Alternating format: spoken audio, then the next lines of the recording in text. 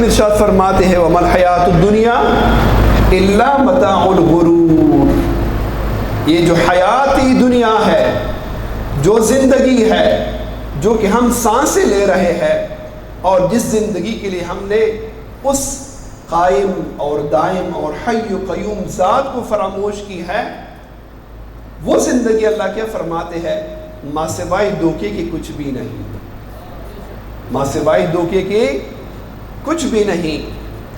جس کو سمجھ آیا ان کو سمجھ آ گئی، اور جس کو سمجھ نہیں آئی وہ اپنے آپ کو شیطان اور نفس اس کو بڑا دانا تصور کرتے ہیں۔ مثال کے طور پہ اگر کہیں بھی ذکر کا محفل ہو، اللہ کی یاد کی محفل ہو، ہم اور آپ ایک اسلامی ملک میں بیٹھے ہیں اور کلمہ پڑھتے ہیں، نمازیں پڑھتے ہیں، ذکر کرتے ہیں، اگر دیکھیں تو اس محفل میں سب سے پہلے تو کم ہی لوگ ہوں گے، اگر ہے بھی تو دور دراز جگہوں سے آئے ہوں گے، آس پاس لوگ محروم ہوں گے۔ وجہ کیا ہے؟ وجہ کیا ہے؟ اگر یہ ہمارے ساتھ یہاں پر ایک گراؤنڈ ہے، یہاں پر شادیاں ہوتی ہے، اکثر رات کو یہاں پہ فنکشنز ہوتے ہیں، اکثر ہمیں بھی بہت ڈسٹرب کرتے ہیں، اس کے حال بری رہتی ہے، وہ گانے گاتے ہیں، وہاں پر جو ایسے گانے موسیقی والے آئے ہوتے ہیں، اور تقریباً رات شروع ہو کے 9-10 بجے سے صبح 3-4 بجے تک بھی چلتے ہیں۔ پولیس کو ہم نے رپورٹ بھی کیا،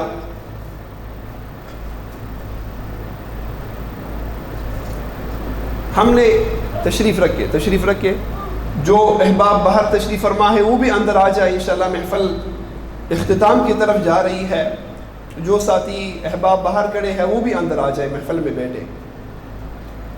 تو یہ کیا چیز ہے؟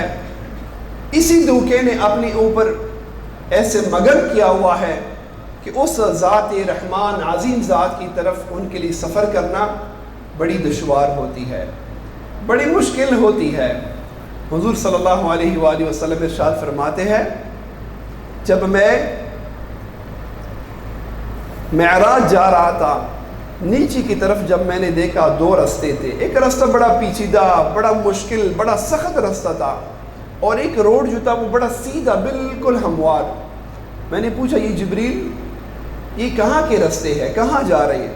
اس سے کہا یا رسول اللہ وہ جو پیچیدہ راستہ ہے وہ جنت کی طرف جا رہی ہے، اور جو بالکل سیدھا آرام دہ پرسکون ہے یہ جہنم کی طرف جا رہی ہے۔ تو آج اسی طرح ہی ہے، اگر غفلت کی طرف دیکھے، دنیا داری کی طرف دیکھے، بالعموم کیا ہوتے ہیں، تمام دنیا کی توجہ دنیا کی طرف ہے، لوگوں کی توجہ دنیا کی طرف ہے۔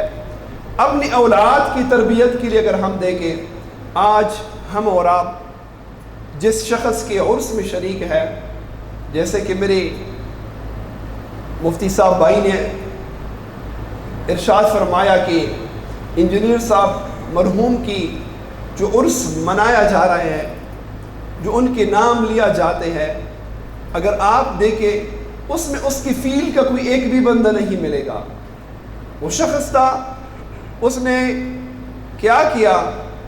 دنیا داری بھی کی، دنیا بھی کیا، لیکن ساتھ آخرت کا کام بھی کیا، دین کا کام بھی کیا، مدارس اور جامعات بھی بنائے، اللہ کی دوستوں کے سے نسبت بھی وابستہ کیا۔ آج کیا ہے؟ ان کے یہاں پر سوسائٹی تھی، ایک مری میں اس نے ایک محل بنایا تھا، پراپرٹیاں زمین تھی، کوئی نام نہیں رہا، کوئی اس کے جو کاروباری لوگ تھے 20-30 سال ان کے ساتھ وابستہ رہے، اور ان کو یہ کہہ رہے تھے کہ ہم آپ کے بھائی ہیں، انشاءاللہ جان بھی نذرانہ پیش کریں گے۔ آج 4 سال گزر گئے ہیں، کسی ایک بندے کو ہم نے نہیں دیکھا۔ وہ ڈگریاں کہاں چلی گئی؟ وہ پارٹنرشپ کہاں چلا گیا؟ وہ دوستی کہاں چلی گئی؟ جو دوستی دنیا کی دوستی تھی وہ سب کچھ ختم ہو گئی۔ لیکن آج ماشاءاللہ اللہ والے ایسے نورانی اشخاص، اللہ کے نیک برگزیدہ بندے کہاں کہاں سے ہو کہ یہاں پر آئے ہیں، اور اس میں کئی ایسے بھائی ہمارے موجود ہیں کہ اس نے انجینئر صاحب مرحوم کو نہیں دیکھا تھا، شاید اس کو نام کا بھی پتہ نہ ہو، شاید اس کی زندگی کا بھی پتہ نہ ہو، مگر اب یہاں پر وہ آئے ہیں اور ان کے لیے یہ لوگ جو یہاں پر بیٹھے ہیں اور ذکر کر رہے ہیں، یہ سارے ان کے ساتھ مدد اور تعاون کرتے ہیں۔ یہ کیا ہوتی ہے؟ مگر ہم یہ سارا کچھ مرحوم نے کیسے حاصل کیا کہ اس نے اللہ والوں کی دامن کو پکڑا، اللہ والوں کے ساتھ اپنے نسبت کو وابستہ کی۔ موسیٰ علیہ نبینا علیہ السلام کا واقعہ ہے۔ اللہ کریم نے ارشاد فرمایا، جب فرعون کے ساتھ مقابلہ ہوا، اللہ نے کیا فرمایا؟ اپنے عصا کو پھینک دو، اپنے عصا کو پھینک دو۔ وہ نبی ہے، اس نبی کے عصا سے کیا ہوتی ہے؟ رب کریم اژدہا بناتی ہے، اژدہا بن کے اور فرعون کی جتنی بھی سانپ اور سحر تھا سب کو کھا جاتے ہیں۔ مفسرین کرام فرماتے ہیں یہ جو عصا تھی، اللہ کریم نے کیوں امر کیا کہ اس کو آپ پھینک دو؟ اللہ نے اسے کیوں اژدہا بنایا؟ اس وجہ سے رب کریم نے اس کو یہ اعزاز اور یہ شرف عطا فرمائی کہ جب موسیٰ علیہ نبینا علیہ السلام کوئی دور اللہ تبارک و تعالیٰ کے ساتھ مناجات کے لیے جاتے ہیں اور رب کریم تجلی کرتی ہے، اس وقت اس عصا کے اوپر بھی تجلی ہوئی تھی۔ اب کیا چیز ہے؟ اللہ کے نبی کے ہاتھ میں لیا ہوا ایک خشک لاٹھی عصا ہے۔ اللہ نے کیا ان کو اتنی قوت عطا فرمائی کہ اس فرعون کی تمام سحر کو، وہ سانپوں کو کھا لیا، ختم کیا۔ اسی طرح حضور نبی کریم صلی اللہ علیہ وآلہ وسلم مبارک کی استوانہ حنانہ ہے۔ کیا ہے؟ استوانہ حنانہ، جس پر حضور ٹیک لگا کے خطبہ دیا کرتے تھے۔ ایک صحابی ترکان ہے، اس نے ممبر بنا کے لے کے آیا، اور حضور پاک صلی اللہ علیہ وآلہ وسلم جب ممبر پر تشریف فرما ہوا تو صحابہ کرام ارشاد فرماتے ہیں کہ اس خشک جو ایک پلر تھی، استوانہ تھا، ان سے ہم نے اونٹنی کی بچی کی طرح آہیں اور اس کی سسکیاں ہم نے سنی۔ اس خشک ایک پلر نے رونا شروع کیا۔ صحابہ کرام فرماتے کہ ہم نے ان کے رونے کی آواز سنی۔ حضور صلی اللہ علیہ وآلہ وسلم مبارک نے استوانہ حنانہ کو اپنی سینے سے لگایا، فرمایا کیا چاہتے ہو کہ میں دعا کروں؟ اللہ کریم آپ کو سبز کر دے اور تا قیامت تمام عالم آپ کے پل سے مستفید ہو، یا یہ چاہتے ہو کہ آپ میرے ساتھ رہے، جنت میں میرے ساتھ رہے؟ استوانہ حنانہ عرض کرتی ہے، دیکھو بے جان چیز ہے، وہ عرض کرتی ہے یا رسول اللہ میں یہ چاہتی ہوں کہ میں جنت میں آپ کی معیت میں رہوں، آپ کی سنگت میں رہوں، آپ کے ساتھ رہوں۔ حضور نبی کریم صلی اللہ علیہ وسلم نے صحابہ کرام کے لیے ارشاد فرمایا، اس کو یہاں پر اس منبر کی سامنے جہاں پر حضور قدمین شریفین آتے تھی، ادھر اس کو دفنا دے۔ اس استوانہ حنانہ کو حضور صلی اللہ علیہ وسلم مبارک نے یہ وعدہ دیا، ان کے ساتھ یہ وعدہ کیا کہ آپ جنت میں میرے ساتھ رہیں گے۔ دیکھیں خشک ایک پلر تھی، درخت تھی، جس نے حضور سے محبت کی، اس محبت کی تو فعل کیا ہوگی؟ وہ جنتی ہوگی۔ یہ تو انبیاء علیہ السلام ہے، ہاں یہ تو نبی ہے، حضور پاک صلی اللہ علیہ وسلم کے معجزات ہے، جو بھی اس کو لمس کر دے وہ جہنم نہیں جاتا۔ حضور پاک صلی اللہ علیہ وسلم کے ازواج مطہرات فرماتے ہیں جب حضور کی رومال مبارک جب اس کو ہم واش کرتے یعنی صاف کرتے تھے، اس پہ گھی لگتی تھی یا اس کو دھونے کی ضرورت ہوتی، ہم اس کو دھوتے نہیں تھے، ہم اس رومال مبارک کو آگ میں ڈالتے تھے۔ کیا کرتے تھے؟ آگ میں ڈالتے تھے، اس کے اوپر جو مٹی یا جو میل ہوتی تھی وہ جل جاتی اور رومال اسی طرح سلامت ہو کے ہم حضور پاک صلی اللہ علیہ وسلم کے لیے پھر لے کے آتے۔ یعنی وہ تو نبی ہے، نبی کو تو مان لیا، اس کی معیت، دوستی، ان کے قرب، ان کے ساتھ ہم نشینی یہ ہوتی ہے۔ اب ہم اور آپ نے قرآن عظیم الشان میں ایک واقعہ دیکھا ہے، سنا ہے، زیادہ تر احباب جمعے کے دن سورہ کہف شریف پڑھتے ہیں، جو سورہ کہف شریف ہے۔ سورہ کہف میں رب کریم نے چند بندوں کی ذکر کیا، سَيَقُولُونَ ثَلَاثَةٌ رَابِعُهُمْ كَلْبُهُمْ وَيَقُولُونَ خَمْسَةٌ وَسَابِعُهُمْ وَيَقُولُونَ خَمْسَةٌ وَسَادِسُهُمْ كَلْبُهُمْ رَجْمًا بِالْغَيْبِ وَيَقُولُونَ سَبْعَةٌ وَثَامِنُهُمْ كَلْبُهُمْ۔ اللہ کریم نے قرآن عظیم الشان میں اصحاب کہف کا ذکر کیا. اصحاب کہف حضور پاک صلی اللہ علیہ وسلم کے زمانے یعنی آنے سے بھی، حضور پاک کے دور سے بھی کئی ہزار سال قبل گزر چکے ہیں. وہ اصحاب کہف صحابہ نہیں تھے. کیا چیز ہے؟ حضور کے صحابہ نہیں تھے. وہ اللہ کے نیک بندے تھے، تاجروں کے، امیروں کے بچے تھے، چند جوان تھے. کیا تھے؟ جوان تھے. طریقہ عالیہ نقشبندیہ چشتیہ قادریہ سہروردیہ نہیں تھا، اویسیہ نہیں تھا. اللہ کے نیک بندے تھے. اس وقت جو بادشاہ ہے مشرک ظالم اور جابر ہے، وہ کیا کرتے ہیں؟ اس کو شرک پر مجبور کرتے ہیں، گناہ و معصیت پر مجبور کرتے ہیں. وہ علاقے کو چھوڑ کے ایک دوسرے کے ساتھ، لمبا واقعہ ہے، جا کے بیٹھ جاتے ہیں، ایک دوسرے کی پہچان ہوتی ہے. وہ 6-7 ساتھی ملتے ہیں اور کہیں جا کے ایک غار میں گھس جاتے ہیں. اب کیا ہوتی ہے؟ وہ چلتے چلتے ان کے پیچھے ایک کتا بھی لگ جاتے ہیں. جانور، کتا کیا ہوتا ہے؟ جانور ہے، سب جانتے ہیں. کتا حلال ہے حرام ہے، پاک ہے کہ ناپاک ہے؟ ناپاک ہے. اب کیا ہوتی ہے؟ وہ اللہ والوں کی پیچھے لگ جاتے ہیں. وہ اصحاب کہف ان کو کوشش کرتے کہ بھگا دے، دور کر دے. وہ نہیں بھاگتا، نہیں جاتا. بالآخر کیا ہوا؟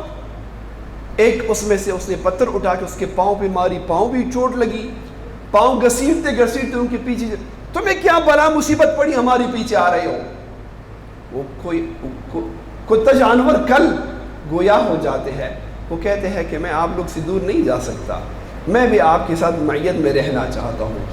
وہ حیران ہوتے ہیں، یہ کیا ہوا، یہ کیا ہوا؟ بہرحال یہ کتا ان کی ہم نشینی اختیار کرتے ہیں. یہ کتا کوئی آسمان سے اتر کے نہیں آیا تھا، یہ کتا کتے کا ہی بچہ تھا، کوئی انسان کا بچہ بھی نہیں تھا، یہ گائے کا بچہ نہیں تھا. اس کی ماں بھی کتی تھی اور باپ بھی کتا تھا، کتے کے نسل سے تھا، ناپاک اور پلید تھا، مگر اب اللہ والوں کی معیت اختیار کی. اب آگے بات دیکھے، اللہ جل جلالہ اس ناپاک کتے کی ادا بھی قرآن میں ذکر کرتے ہیں. وَكَلْبُهُمْ بَاسِطٌ ذَرَاعَيْهِ بِالْوَصِيدِ. اللہ کریم نے اس کے لیٹنے کے انداز بھی ذکر کیا. جب بندے کو کوئی ادا اچھی لگے، اس کے بڑی شلومت کے ساتھ ذکر کرتے ہیں. رب کریم اس کتے کے ذکر کیا فرماتے ہیں؟ اپنے پیروں کو دراز کر کے اس غار کے سامنے لیٹا رہا. اللہ کریم کو اس جانور کی ادا بھی اتنی پسند آئی جو کہ اللہ والوں کی معیت اختیار کی، جو کہ اللہ کے دوستوں کے ساتھ دوستی کی. اب آگے کیا ہوتی ہے؟ اس پر بھی اکتفا نہیں، جانور ہے، اللہ والوں سے دوستی کی ہے. اللہ کریم بڑا غیرتی ذات ہے، اللہ رحمان اور رحیم ذات ہے. اس پر بھی اکتفا نہیں. مفسرین کیا فرماتے ہیں؟ اس ناپاک اور جانور کو، اس پلید جانور کو رب کریم ایک بڑا حسین اور خوبصورت انسان تھا جو کہ بے ایمان ہوا. موسیٰ علیہ السلام کی بد دعا لگی تھی ان کو. بلعام ابن باعور جو کہ اپنے زمانے میں سب سے خوبصورت انسان تھا. رب کریم اس جانور، اس ناپاک پلید حیوان کو اس بلعام ابن باعور کی شکل صورت عطا کرے گا اور جنت میں داخل کرے گا. لیکن وہ بلعام ابن باعور جو کہ اللہ کے دوستوں سے دشمنی کی، موسیٰ علیہ السلام کی بے ادبی کی، گستاخی کی، رب کریم کیا کرے گا؟ اس بلعام ابن باعور کو وہ کتے کا شکل دے کے اس کو رب کریم جہنم بھیجے گا. اللہ والوں کی دوستی کی، اللہ والوں کے ساتھ اخلاص کی اور محبت کی یہ مقام ہے. ایک انسان جو کہ اشرف المخلوقات ہے، جو کہ اشرف المخلوقات ہے، اللہ کریم اس کو کیسے عطا نہیں کرے گا؟ مگر ہم کیا چیز ہے؟ شرط استقامت ہے، شرط وفا ہے، شرط اخلاص ہے. محترم سامعین، دور ایسا آیا ہے، فسق و فجور کا دور ہے. تقریباً بالعموم ہر بندہ ڈر خوف میں ہے. بڑی مہنگائی ہو گئی ہے، بڑی حالات خراب ہے، یہ ہے فلان ہے. اگر ہم اپنی بڑوں سے پوچھے، اپنے اکابرین بزرگوں سے پوچھے، آج سے 50 سال کیا تھا، 50 سال پہلے کیا تھا، 100 سال پہلے کیا تھا، دن بدن قرب قیامت ہے. یہ سارا کی سارا کیا چیز ہے؟ غفلت ہے، دنیا ہے جو کہ ہم اور آپ کو ڈراتے ہیں. سوشل میڈیا اور جتنے بھی دنیا کے اندر جو معاملات ہم دیکھتے ہیں یہ سارا قرب قیامت ہے.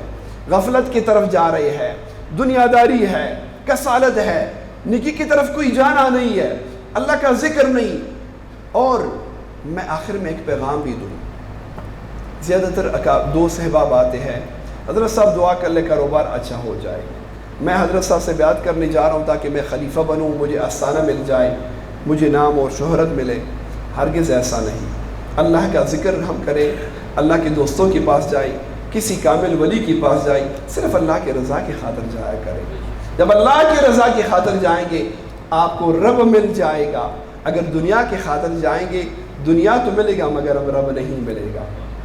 اللہ جل جلالہ فرماتے ہیں میں اپنے بندے کے گمان کے اوپر ہوں. رزاق دینے والا ذات اللہ ہے. دینے والا ذات کون ہے؟ اللہ کریم ہے. محترم سامعین، آج ہم جس کے عرس میں شریک ہیں، اس مرحوم کو جب آخر وقت میں بیماری ہوئی، کینسر ہوا، کافی علیل رہا. ایک وقت یہ تھا کہ دارائی، دنیا، مال، جاہ و جلال، شہرت تھی، لیکن آخر وقت بڑی تنگ دستی دیکھی، بڑی سختی دیکھی. میں گیا ایک دن مرحوم کے پاس لاہور میں، وابڈا ٹاؤن میں تھا. مجھے کہتے ہیں مجھے ابھی زندگی کا مزہ آیا. میں نے کہا کیسے انجینئر صاحب؟ کہتے اب میں اللہ کے ساتھ ایسے ڈائریکٹ بات ہی کرتا ہوں، میں اللہ کے ساتھ مناجات کرتا ہوں. پہلے کچھ اور تھا اور ابھی کچھ اور ہے. رویا. میرے ساتھ کون تھا یہاں پہ؟ اب کیا ہوا کہ آگے سے کیا کہتے ہیں، بڑے لوگوں کو دیکھا، بڑے ہمدردوں کو دیکھا، بڑے مخلصین کو دیکھا، لیکن آج مجھے پتہ چلا کہ کون ساتھ ہے. آج مجھے پتہ چلا کہ کون ساتھ ہے. یعنی کہنے کا مقصد یہ ہے میرے بھائیوں کہ جو اللہ نے ذکر کیا، ارشاد فرمایا وَمَا الْحَيَاةُ الدُّنْيَا إِلَّا مَتَاعُ الْغُرُورِ. یہ حیاتی دنیا، یہ دنیا دار دوست، یہ دنیا دار پارٹنر میرے، یہ ہمدرد، یہ جو میرے ساتھ ہنسنے والے ہیں، یہ فلان ہے، یہ ماں سوائے دھوکے کے کچھ بھی نہیں. ماں سوائے دھوکے کے کچھ بھی نہیں. محترم سامعین، اگر آپ صرف اس لیے آتے ہو کہ پیر صاحب کے پاس میں جاتا ہوں مجھے اللہ بیٹا عطا کرے، میں پیر صاحب کے پاس جاتا ہوں کہ اللہ مجھے بڑا آستانہ عطا کرے، نام دے، ہرگز یہ آپ کی بھول ہے. یہ آپ کی بھول ہے. اللہ کی رضا کی خاطر جائیں گے تو میں رب مل جائے گا، اور جب رب مل جائے پھر کسی چیز کی کوئی کمی نہیں ہوگی، کوئی کمی نہیں ہوگی. آج کل کیا ہے، ایک سالک آتے ہیں، بڑا مخلص ہے، وفادار ہے، کل دیکھتے ہیں کہ غائب ہو جاتے ہیں. کیوں؟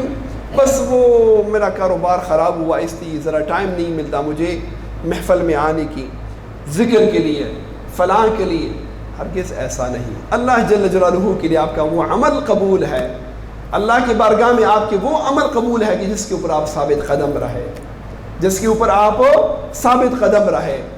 آج اگر اس مرحوم کی یہ نام ہے، یہ ان کی جو دینی خدمات اور ان کے جو مراکز دینی ہے اس میں جو رات دن قرآن اور حدیث کی ذکر ہوتی ہے، کوئی پراپرٹی کا ثواب نہیں ملا ان کو، نہ ملے گا. کوئی نام ان کا نہیں رہا، کوئی دوست ان کا نہیں رہا. مگر ہم آج بھی 4 بجے صبح کے 3 بجے یہاں پر 80-90 بندے کھڑے ہو کے قصیدہ برد شریف پڑھتے ہیں، اس کے بعد تلاوت ہوتی ہے، اس کے بعد اشراق تک جو ہے وہ ذکر ہوتی ہے. اس کے قبر کے اوپر، مزار کے اوپر کئی سو افراد جو یہ جامعات، جو مراکز دین کے اس نے قائم کی ہے، یہ ان کے لیے اجر و اصال ثواب ملتے ہیں. کیا کیا اس نے؟ جو دنیا تھی، دنیا داری تھی، بلڈنگز تھے، سوسائٹیاں تھی، کاروبار تھا، سب کچھ ختم ہوا. اپنے قبر میں کچھ بھی نہیں لے کے گیا ماں سوائے ایک کفن کے اور ایک تابوت کی. مگر ہم کیا چیز ہے، ہم اپنے اس حقیقی زندگی کو بھول چکے ہیں، ہم اس سے غافل ہے. حضور پاک فرماتے ہیں جو زندگی کی لذتوں کو مٹانے والی چیز موت، کثرت سے یاد کیا کرو. لیکن ہم موت کو یاد نہیں کرتے. اگر موت کی یاد آ جائے تو گھبراہٹ فیل ہوتی ہے، نہیں میں نے نہیں مرنا بھائی. چند دن پہلے ادھر جمعے کے محفل ہمارا ایک دوست آیا، رنگ ایسے اڑا ہوا زرد، اس کو انزائٹی پتہ نہیں کیا ہوئی تھی. کیوں؟ کہتے ہیں مجھے ڈر، خوف دل میں بیٹھ گیا ہے کہ میں مر جاؤں گا. میں نے کہا مرنا تو ہے بھائی، بچنا ہے کیا؟ تو کیا چیز ہے، جتنا بھی ہم بھاگے. قارون نے اپنے لیے جنت بنایا، مگر اب کیا ہوا، جب اپنی جنت باغ میں جانے لگا، قدم اٹھا کے ادھر ہی اس کے لیے ملک الموت فرشتہ آ کے ان کی روح قبض کیا.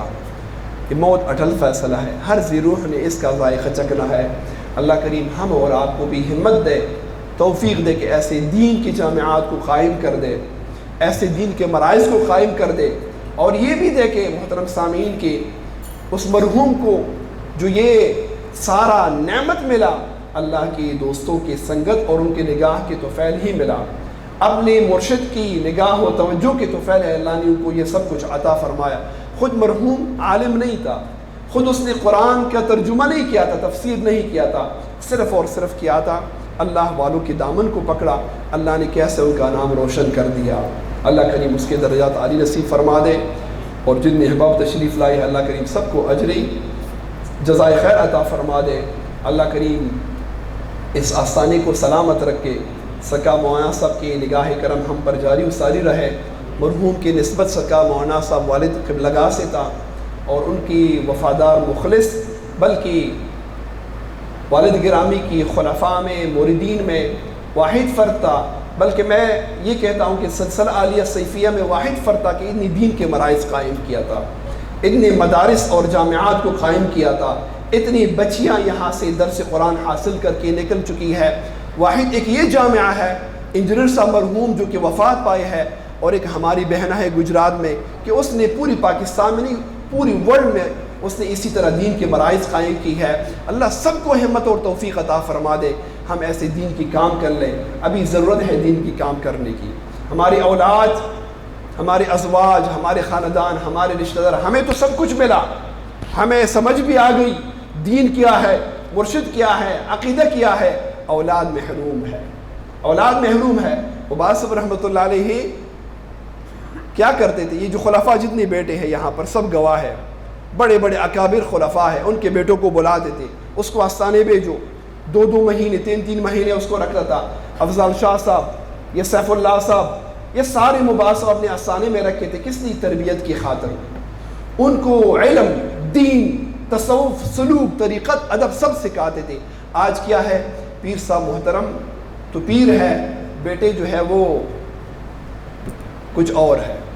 نہ دین کا پتہ، نہ قرآن کا پتہ، نہ نماز کا پتہ، نہ ذکر کا علم. کیا ہے؟ میں نے اپنے بیٹے کو کیا بنا دیا؟ ڈاکٹر بنا دیا. میں نے انجینئر بنا دیا. بے شک آپ اس کو بنا دے، ڈاکٹر بنانا کوئی عار کی بات نہیں، لیکن سب سے پہلے اس کو دین کی بھی سکھا دو. اپنی اولاد کو عقائد سکھا دے. خدا را ہماری سالکین ماشاءاللہ صوفیہ ہے، شریعت پر استوار ہے، عقائد کا کوئی خبر نہیں ان کو. عقائد کا کوئی بھی پوچھے، عقائد ہم جانتے نہیں کہ عقائد ہے کہ عقیدہ کیا چیز ہے، عقیدہ کیا ہے پتہ ہی نہیں ہے. عقائد ایک علم ہے، ایک فن ہے، ان کی کتاب ہی موجود ہے، اس سے ہم خبر نہیں ہے. خدا را صرف اور صرف اس کی عمر بھی نہیں ہوتا کہ میری نسبت ہے اور میں حضرت صاحب کے پاس گیا. نہیں، علم بھی حاصل کرو. طلب العلم فریضۃ علی کل مسلم و مسلمۃ. طلب علم فرض ہے، ہر ایک مسلمان مرد عورت کے اوپر فرض ہے. اللہ کی فضل و کرم ہے کہ ہم ایک اسلامی معاشرے میں ہے. میں ایک ملک گیا، وہ کفری ملک تھا. یقین کریں کہ یہودی میرے ساتھ بحث کیا. خدا گواہ ہے، اللہ کی عزت کی قسم کہ میں یہ نہیں کہتا کہ میرے پاس کوئی علم تھا. صرف اور صرف اپنے بزرگوں کی، دوستوں کی اور اپنے والد بزرگوں اور اپنے دادا مبارک صاحب رحمۃ اللہ علیہ کے ساتھ جو وقت گزارے تھے وہ مسائل سنے تھے. اس یہودی نے میرے اوپر سوال کی. آپ یقین کریں ایسے سوال کی کہ میں قرآن کے حافظ ہوں، مجھے اس کا جواب نہیں آیا. کچھ لحظہ خاموش رہا. میں نے کہا یا اللہ برہم رکھ کے، یہودی ہے، میں اس کو کیا جواب دوں؟ جا کے الحمدللہ اس کو جواب دے دیا. یعنی ایسے ایسے مسائل دینی، حضور پاک صلی اللہ علیہ وسلم کے ذات، ازواج مطہرات کے بارے میں ایسے ایسے سوالات کیا، ان کے ایسے ایسے مسائل بیان کیا اور صحیح حدیث بیان کر کے ایسے ایسے اعتراضات کیا. اگر نسبت نہ ہوتا یا یہ نگاہ، یہ صحبت نہ ہوتا تو وہ بندہ مجھے چپ کراتا، میرے لیے بڑی عار کی شرم کے بات ہوتی. ہم تو گھروں میں بیٹھے ہیں اور کہتے کہ واہ واہ جی سب کچھ میرے پاس ہے. ذرا نکل کے باہر جائے گا لگ پتہ جائے، ذرا کسی خارجی کے ساتھ مناظرہ کر لو، مباحثہ کر لو، ٹھیک ہے، ذکر کرنا چاہیے، ذکر کر لے، اللہ کو یاد کرے، نوافل ادا کرے، فیض دے، فہم حاصل کرے، مگر ہم علم بھی حاصل کرے. ایک شخص آتے ہیں سوال کرتے ہیں. مجھ سے کسی نے پوچھا حیلہ اسقاط کیا چیز ہے؟ یہ کوئی قرآن میں اس کا کوئی دلیل ثبوت ہے؟ کوئی حدیث میں ہے؟ مجھے تو پتہ نہیں. وسیلہ، میں وسیلہ بناتا ہوں. وسیلہ کوئی دین اسلام میں ہے؟ پیر صاحب کو پتہ ہے کہ وسیلہ کیا چیز ہے؟ یہ ساری پتہ نہیں. وہ مولانا صاحب کو بلاؤ، مولانا صاحب اس کو جواب دو. او بھائی نماز کے فرائض کا مجھے احکام بتا دو، نماز کی سنت کی. کسی چیز سے خبر نہیں ہے. خدا را علم دین حاصل کرے. ایسے بہترین جامعات بنے ہیں، ایسے بہترین علماء موجود ہے. ہم اور آپ کو چاہیے کہ اگر دنیا کے لیے صبح سے لے کے شام تک ہم روز آفس جا سکتے ہیں، کیا ہے آفس جا سکتے ہیں. سب سے پہلے اسکول کے ہم نے شروع کیا تھا 3 سال کے بعد. کب تک؟ 25-24 سال تک ڈیلی بیس پہ ہمیں گیا. صبح جا رہا تھا دوپہر تک، اس کے بعد دوپہر سے آ کے ٹیوشن جانا تھا شام تک. شام کے بعد جو ہے وہ کوئی اور، پھر قاری صاحب آن لائن مجھے پڑھاتے ہیں. آدھا گھنٹہ میں آن لائن اپنے بچوں کو پڑھاتا ہوں فلاں قاری صاحب سے. وہ خانہ خراب، جو صبح سے لے کے شام تک تم نے اس انگریز کی تعلیم کے لیے بٹھایا، اتنے پیسے قربان کی، اللہ کی کلام کے لیے صرف آن لائن کم ٹائم رہ گیا. وہ جو عالم حافظ آتے ہیں، یہاں پہ وہ حافظ صاحب موجود ہوگا. میرے ایک دوست ہے ادھر ہی ہے، اس نے کہا کہ میں چاہتا ہوں میرا بیٹا جلدی عالم حافظ بنے. میں نے کہا بھائی ایسے ہے، آپ ایسے کر لو، اپنے بیٹے کو حافظ صاحب بلا لو، اس کو بتاؤ کہ بھائی میرے بیٹے کو حافظ بنانا ہے، جتنا آپ چاہے میں آپ کو تنخواہ دوں گا مہینے کا، جتنا آپ کہے. اور جب آپ نے اس کو حافظ بنا دیا میں آپ کو عمرہ بھی کرا دوں گا. اور میں نے حافظ صاحب کو بتایا کہ یہ آفر آپ کو تو مل رہی ہے، لیکن آپ نے کوشش کرنے کہ 6 مہینے کے اندر اندر بچے کو ہمارا حافظ بنانا ہے. لیکن بچے کو مارنا بھی نہیں، پیار کے ساتھ حفظ کروانا ہے. حافظ صاحب ہے کہ نہیں؟ عرفان صاحب کی جو بیٹے کو پڑھاتے وہ حافظ صاحب ہے. یہاں بیٹا تھا، ابھی شاید چلا گیا. اب کیا ہوا، اس حافظ صاحب نے بجائے 6 مہینے کی 4 مہینے میں بچے کو حفظ کرا دی. کیا کیا؟ میں یہ حافظ صاحب ہے، یہ حافظ صاحب ہے. 4 مہینے میں اس نے اس بچے کو حفظ کرایا. میرے بھائیوں، میں اپنے اسکول میں بچے جانے کے لیے ایڈمیشن وہاں پہ مہینے کا 20-50 ہزار روپیہ فیس دینے کے لیے تیار ہوں. ٹیوشن کے لیے 50 ہزار فیس دینے کے لیے تیار ہوں. میں بھی اپنے بچوں کا اتنا دیتا ہوں. میں یہ نہیں کہتا کہ میں نہیں دیتا.